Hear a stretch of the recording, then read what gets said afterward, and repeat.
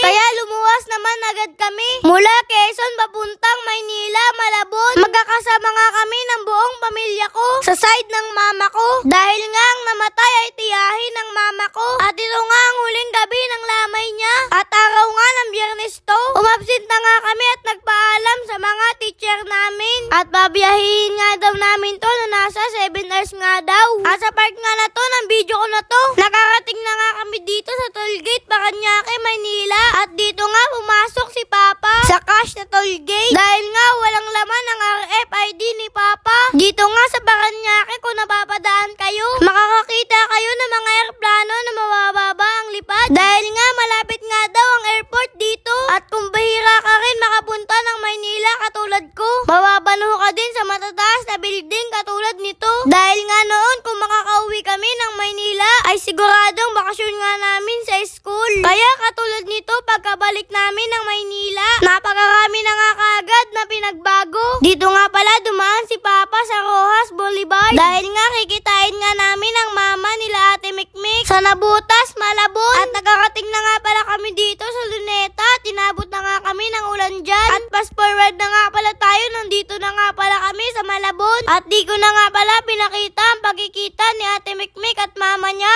At sa video nga na to, nandito na nga kami sa Burulan. At kung saan nakaburol ang Lola Eli ko. Ang masakit lamang sa tao, nagkakakumpleto at nagkakakita-kita kapag may patay sa isa sa mga pamilya mo. At di ko na nga pala pinatagal itong video ko na to. Ito na nga ang kinabukasan, ang araw ng cremation ni Lola Eli.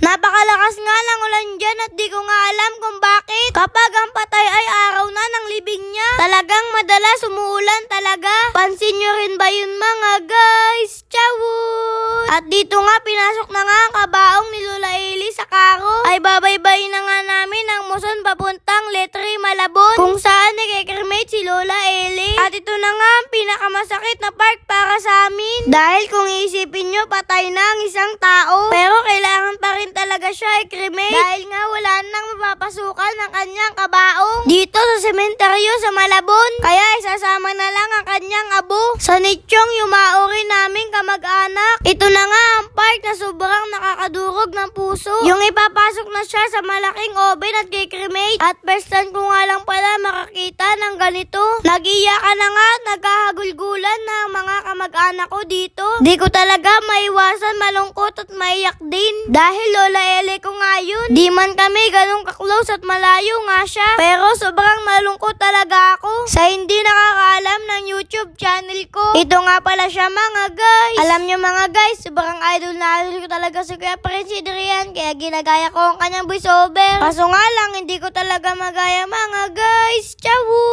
At hanggang dito na lang. Bye-bye!